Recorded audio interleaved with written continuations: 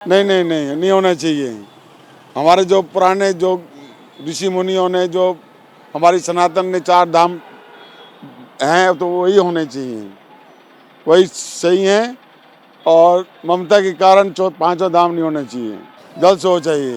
ये सिर्फ ये वोट की राजनीति कर रही है और कुछ नहीं है। ये ममता जी ये वोट चक्कर में है, ये क्योंकि हिंदू वोट इससे बिदक रहा है, इसलिए वो उसको पाने के लिए ये 5वां धाम करने की कोशिश कर रही है।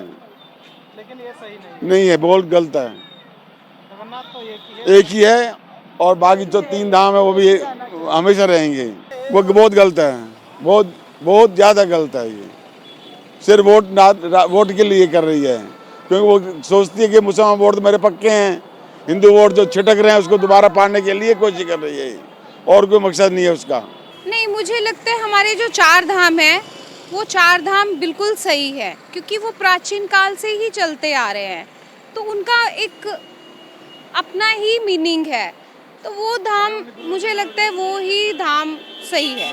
हाँ, ये राजनीतिक पर्पस का ही मुझे लग रहा है। राजनीतिक पर्पस से ये बिल्कुल सही नहीं है कि आप एक और धाम को ऐड करते। जगन्नाथ जी तो यहाँ पे बैठे हैं, उनका घर है जगन्नाथ जी, सही नहीं है। मतलब एक यहाँ पे जगन्नाथ जी का घर है, तो यही यहाँ पे लक्ष्मी जी हैं, यहाँ पे है, तो वो यहाँ से कैसे वहाँ पे हो सकता है? 4 धाम मतलब ये धाम में से एक है, तो 5वां धाम कैसे हो सकता है? मंदिर हुए, जगन्नाथ जी तो सब जगह बैठे हुए हैं, पर धाम यही है जो प्राचीन काल से चलता आ रहा है। बिल्कुल बिल्कुल जगन्नाथ जी ही आएंगे। हाँ, जो भी आएगा ये धाम है, यहाँ पे ही आएगा जगन्नाथ जी। मुनियों ने बनाया वो परंपरा हम छोड़ नहीं सकते, वही सबसे बेस्ट है जगन्नाथपुरी की।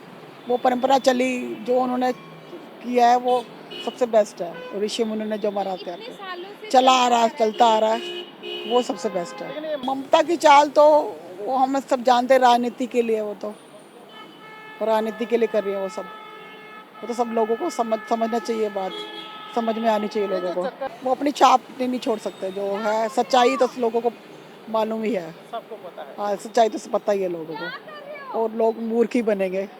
ये बहुत मुश्किल है, ये होना भी नहीं चाहिए, गलत है, ये राजनीति के लिए बहुत गलत है।